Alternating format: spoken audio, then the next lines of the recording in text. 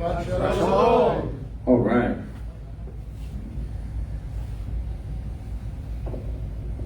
Well, today's parsha is Chayei, the life of Sarah. And it covers Genesis 23, verse 1 through 25, verse 18. Book of Genesis, Sefer Bereshit. The parsha tells about Sarah, Abraham's wife, dies at the age of 127. Abraham then searches for a place to bury her and settles on the cave in Machpelah. And Abraham searches also for a wife for his son Isaac and sends his servant to find a wife for Isaac. The servant meets Rebekah at the well, where she provides water for him and his camels. Later, Abraham marries a woman named Keturah and has 6 more sons. He then dies at the age of 175. And that's basically a snapshot of these 3 chapters, or almost 3 chapters from the Torah portion today. So today's message is entitled, Faith for the Future. Faith for the Future. I want to start with an interesting story since we're talking about Sarah's death and burial and all that. This story is told of a man named Irving, and he went on vacation to Israel with most of his family, including his mother-in-law. Let us just say that Irving and his mother-in-law were far from friendly. During their vacation and while they were visiting Jerusalem, Irving's mother-in-law died. With the death certificate in hand, he went to the American consulate. He then asked to make arrangements to send the body back to the States for proper burial. The consul told Irving that sending a body back to the United States is a very, very expensive thing. It would cost as much as $5,000. And the consul said that in most cases, the person responsible for the remains normally decides to bury their dead right there in Jerusalem. The Jewish fund and the consulate would cover some of the costs, and all Irving would have to pay would be only $150.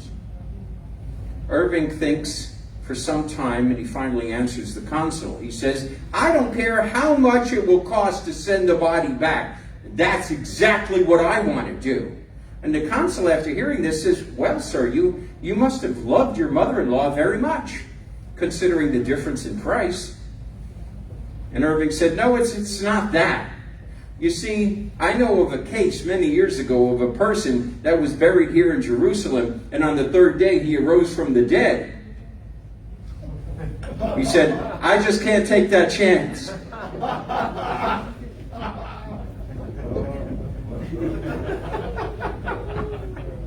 Anyway, how many football fans do we have? Any football fans? And I'm not talking about European football. I mean, like soccer. I mean, American football. So, there was a man who was famous for a while named John Elway. And he was the quarterback of the Denver Broncos. And although he was a great quarterback, his team was not that great. So year upon year, they experienced losing seasons and humiliation, while he endured numerous injuries. Remember, the team's supposed to protect the quarterback, right? In almost every game, they would charge through the line, and it'd be 16 guys piled up on top of him. All of his efforts and faithfulness seemed to be useless. And despite their situation, John Elway did not retire. But he kept on enduring the pain and the failure in football. Some people question, why did he keep going? The reason he kept going is that he'd said that he had faith for the future. He believed that eventually his faith would pay off and they would win the Super Bowl. His belief was realized in 1998 when the Denver Broncos won the Super Bowl 32. If he had not had faith for the future, he would have missed out of that experience. In the same way, we, as Messianics, must have faith for the future. We need a faith that's not only for the moment, not only in times of joy. There's a scripture that says, worship the Lord in sadness. We worship him all the time. You know, we need a faith for the future if we are to experience really the whole fullness of God's promises and blessings. And yeah, we will also experience a life of difficulties and challenges. And yes, also often, there will be a very, very little to show for our years of faith in God. But we need to have a faith for the future if we're going to endure and press forward and ultimately experience God's promises. And I'm going to explain to you how this works. There's a whole lot of people that get discouraged and they leave the body of Messiah. They leave Messianic congregations. They leave churches. They leave because what they wanted, when they wanted it, didn't happen. And they felt God let them down. But those who have had a faith for the future were able to persevere, were able to endure. They were able to continue forward. And they were able to experience God's promises. Abraham had this kind of faith. And I'll show you how this passage from chapter 23 reflects Abraham's faith for the future in a little bit. If my research is any indication, this chapter is one of the least taught in the entire Bible. So I thought I should teach about it today. I've never taught about it before. There seems to be very little attention or information or even commentary on this chapter. I can understand this avoidance because at first glance, this chapter, chapter 23 of Genesis, seems to have little to offer in the way of what we like to call practical application. You know, what does that mean to me? How can that apply to my life? A teacher could easily struggle with harnessing a message from this text. Nevertheless, I believe that a closer look, a deeper look at the text of this Torah here in Genesis 23 reveals not only a practical message, but also a vital message for the body of Messiah today. I do not think this chapter is about telling the believer how to cope with death of a loved one or how to engage in business practices. I know those are mentioned. I just don't see it. Some of the limited information I was able to ascertain put much of the focus on those topics because Abraham's grief over Sarah's death and because Abraham conducted business in acquiring the burial tomb. You see his negotiation going on. So much, any commentaries there are usually about Sarah's death and burial, Abraham's negotiation, business dealings, but I do not think either of these topics are the main message of this chapter. I think the main emphasis of the story is that Sarah was buried in Canaan. That's the main story here. That's the main topic. That's the highlight. That's the bullet point. She was buried in Canaan. And that got me. That struck me. Why was she buried in Canaan? Why? It was convenient. That's where they were at the time. Not back then. A few chapters forward in Genesis, you're going to see Joseph, who tells them at that time, after my death, in the right time, I want you to take my body, my bones, out of Egypt, back to my land. He didn't want to remain there, even dead. Abraham went to great lengths and great costs to make this a reality, that Sarah would be buried in Canaan. The story is important because it shows us how Abraham's actions reflected a faith not for today, but for the future. To understand how Abraham's actions reflected his faith for the future, we have to understand the importance that people of that era placed on burial. I've done extensive research on this. The ancient Israelites placed great importance in the location of their own or family members' burial site. It was very important. Not only what kind of place they would be buried in, but the location was paramount importance. It was normal and greatly desired to be buried in one's homeland. Like Joseph, he wanted his bones picked up and taken back. Where the family's roots were, where the land of promise was.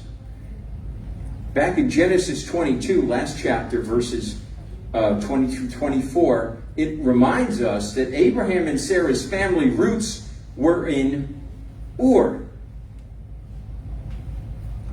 And Abraham admits in Genesis 23, verse 4, that he is an alien and a stranger in the land of Canaan. Despite the importance of the burial location back in the homeland, family roots, Abraham's current alien status, he insists on burying Sarah in Canaan, even though doing so is very costly. Why? The answer is because Abraham was not looking backward to where he came from, nor was he looking at his present situation in which he lived in a tent because he did not possess even 1 acre of the promised land. Abraham was looking forward into the future, forward in faith to what God had promised him. And so for me, the main point of Genesis 23 is not what Abraham did, but rather why he did it. Abraham recognized and believed that God's promises are still in the future. He had the faith for the future, and therefore he acted accordingly. But we live in a now generation. I want it now. I want it now. When I was studying psychology, they had one of the parts of a course I took was called the Messiah Complex. The Messiah Complex. I want it right now. I have to have it now.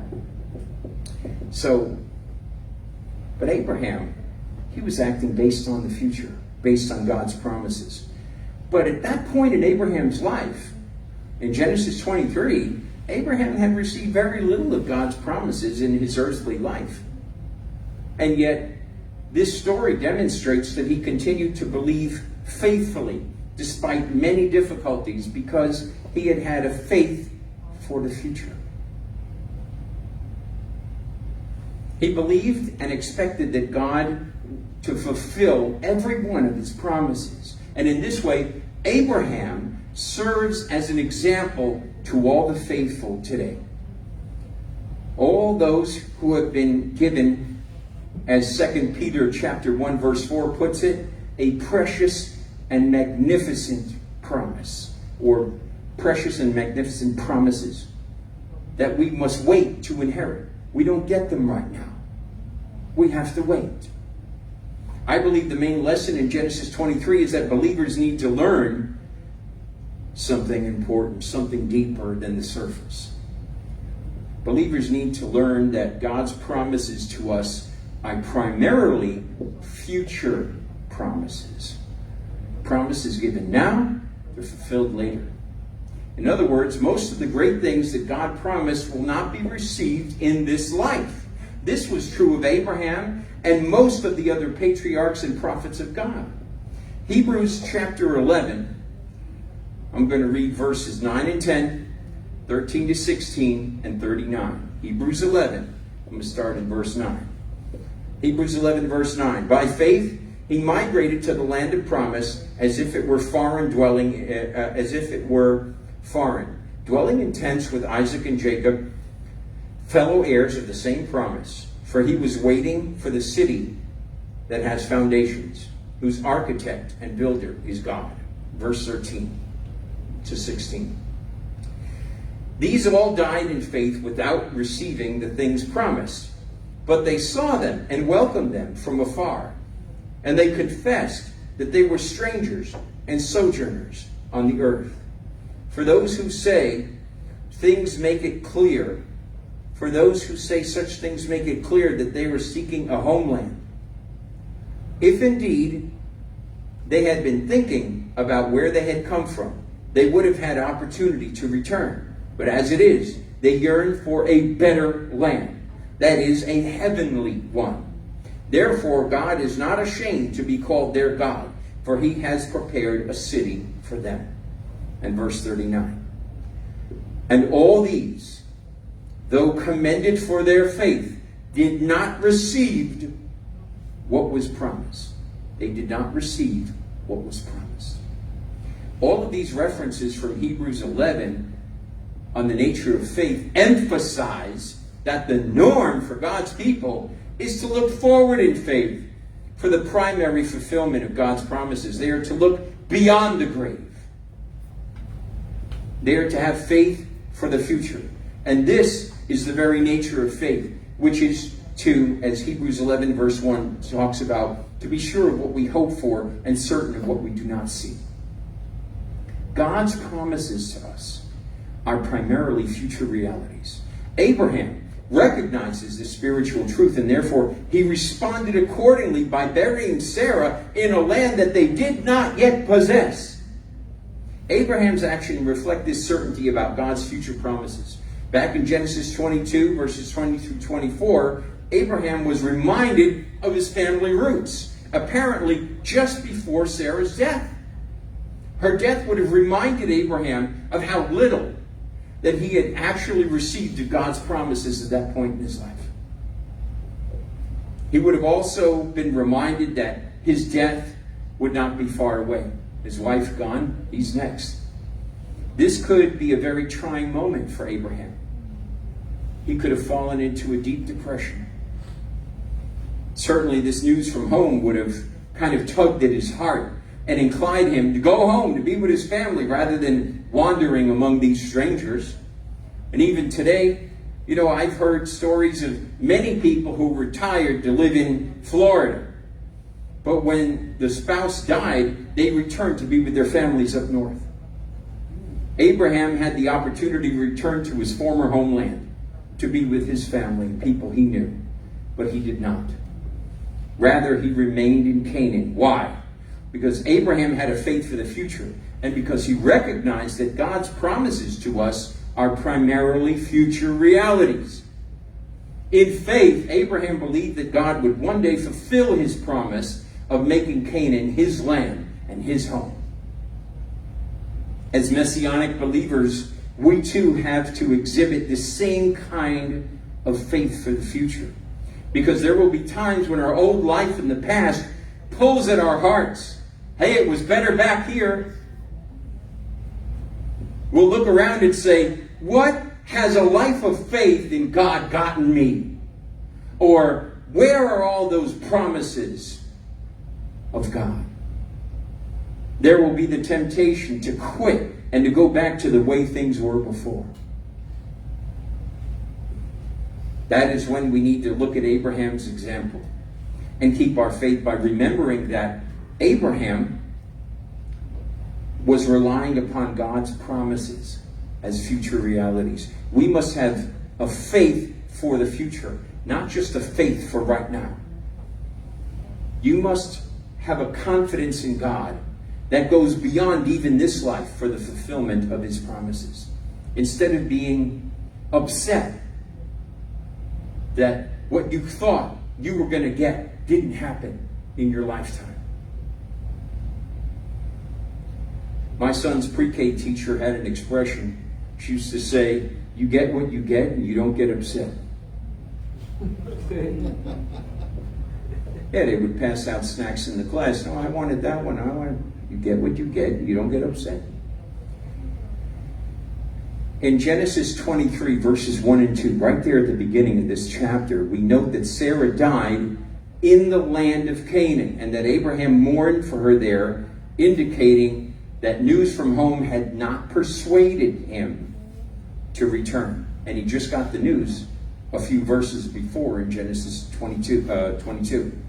Even though Abraham was a great man of faith, this did not mean that his life was exempt from great trials and difficulties.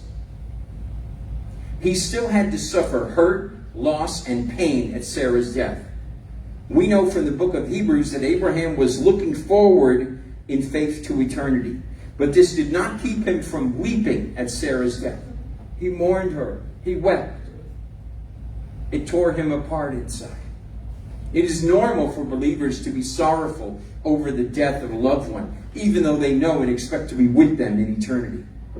And I believe these verses here in Genesis 23 remind all of God's people that as we go through this life, awaiting fulfillment of God's promises, in the future, we will undergo difficulties. We're told in Acts 14:22 says, it is through many hardships that we must enter the kingdom of God. It's where we're headed. It's just not an easy trip. You're going to get some flat tires. You're going to have to change that flat tire. You're going to get stuck in the mud in Alabama.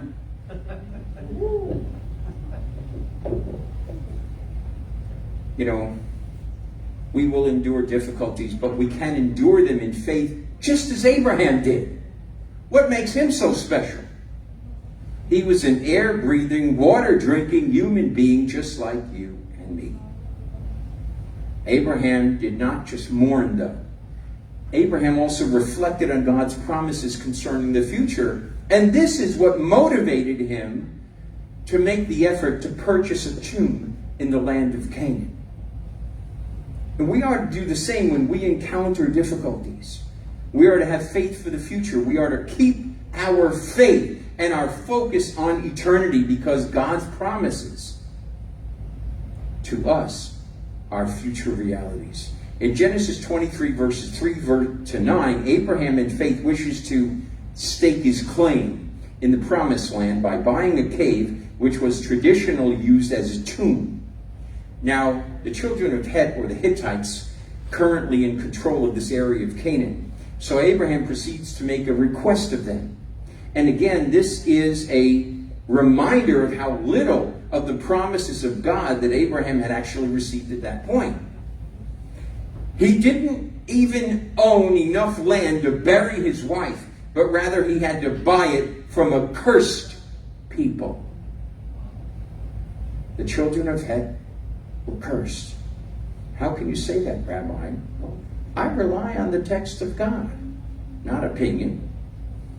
Genesis 10, back in Genesis 10, verse 15, shows us that Het was a descendant of Canaan, Noah's cursed grandson. That's where the people of Het, the Hittites, came from. The same is true today, where it often seems that unbelievers are better off than believers. You know what I do? I pray every day and I read the scriptures and I try to be a good believer, a good person. We're always thinking of Messiah, what would he do? And, you know, look at them. They're flourishing. And we're practically starving over here. What's going on? God says in the Psalms, why do the wicked grow like grass? It is only so that they may be utterly destroyed. The Hittites, here in this chapter, they offer to lend to Abraham any tomb he desired in verse 5, but Abraham clarifies it later that he wishes to purchase a tomb at the full price.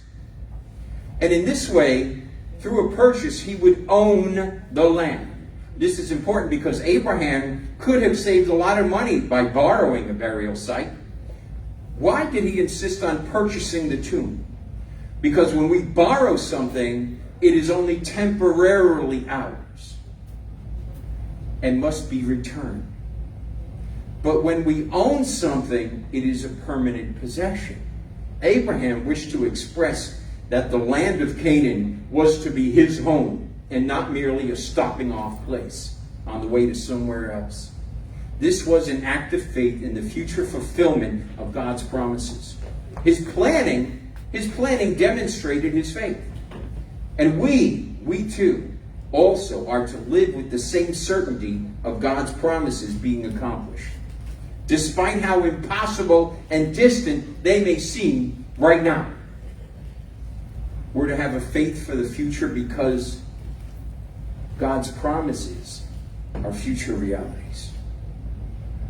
Genesis 23 verses 10 to 20 reflects a typical way of doing business in ancient cultures. The offer to give Abraham the cave was nothing more than a culturally courteous way of beginning a business deal. You read the text, you're reading a text that's nearly 3,000 years old. I mean, Ephron was certainly not being generous to a grieving man. In fact, the price and terms of the sale indicate that Ephron was greedy and unfair. First, Ephron insists that the cave and the field be sold to Abraham. This is important because under ancient Hittite law, whoever owned the field had to pay taxes on the whole property. Abraham did not want to buy the whole field. He only wanted to buy the cave.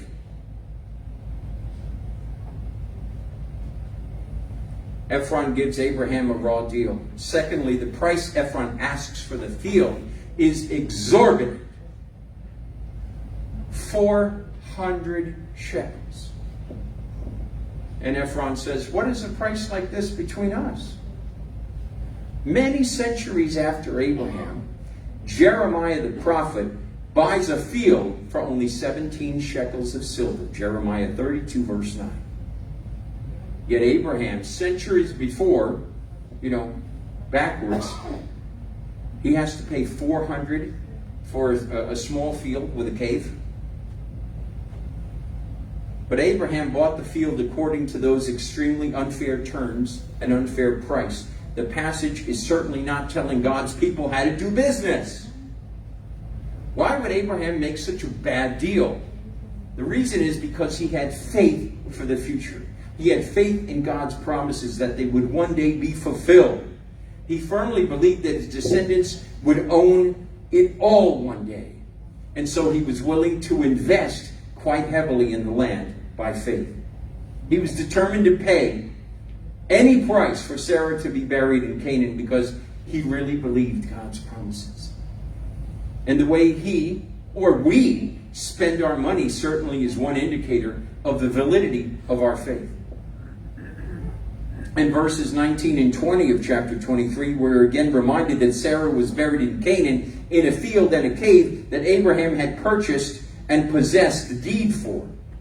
Both of these acts, Sarah's burial, Abraham's legal purchase of the land, remind us that Abraham himself had a faith for the future.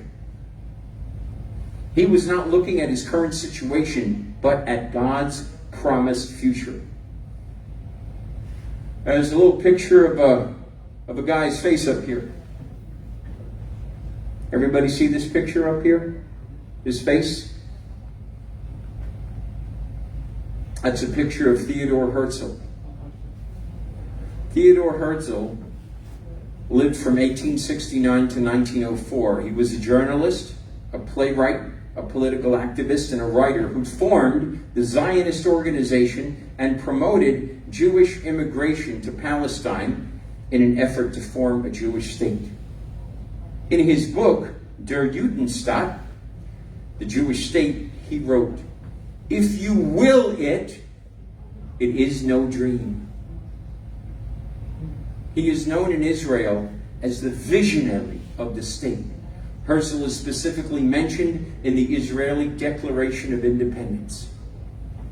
And although he died long before Israel's establishment and never lived to see his dream, the vision of the state of Israel realized, but he trusted that his work was not in vain and that in the future it would indeed become a reality. And his faith paid off. Because in 1948, Israel declared itself an independent state, a country and a people no longer to be called Palestine. Amen. And even though attacked by several Arab armies, right after they declared independence, Israel, with a ragtag group of thrown together troops, if you want to call them that, spitballs and bubble gum, old trucks instead of tanks. Israel won, and the state of Israel was reborn. You know, as believers, as followers of Yeshua, we should be looking forward in faith, not backwards or at the present situation. But we tend to do that. It's human to do that. It's human to look at how things are right now as a measure of our faith. We are so wrong. President John F. Kennedy once said, right after the Cuban Missile Crisis of October of 1962, he said that we can have faith in our future only if we have faith in ourselves. But then where does faith in ourselves come from? I believe in myself. Is that just posturing? Do we really believe that? I have faith in myself. I have confidence. Where does that come from? It all comes from one place, our faith in God. That's where real confidence comes from. That's where real faith in ourselves comes from. To know that we draw breath because He alone allows it. Because only God can take our faith and build a future on His promises. Only God can turn a mess into a message, a test into a testimony, a trial into a triumph, and a victim into a victory. Our faith in the one true God, the creator of everything, always pays off. Because God's promises to us are always true, always trustworthy, always faithful, and always fulfilled. Even when we pray and wait and it seems like Abba Father doesn't hear us, He does. He hears and He acts. As Paul wrote in Romans 8 verse 18, the sufferings of this present time are not worth comparing to the glory that is to be revealed to us. And Yeshua, our Messiah, Son of the living God, says to us in Luke 12:32 in His famous Sermon on the Mount, do not be afraid, little flock, for your Father chose to give you the kingdom. So even when it seems like He never answered our prayer or never delivered on His promises, He did. He does. He will. He may not come when we want Him, but He's always right on time. We need to keep the faith. But how? I'll tell you. By following Paul's counsel in Romans 12, verse 12. It's not hard to remember that. Romans 12, verse 12. Rejoice in your hope. Be patient in your troubles. And continue steadfastly in prayer. This is Abraham's kind of faith. This is Moses and David's kind of faith. This is Paul's kind of faith. And this is indeed Yeshua faith. A faith for the future. Shabbat Shalom.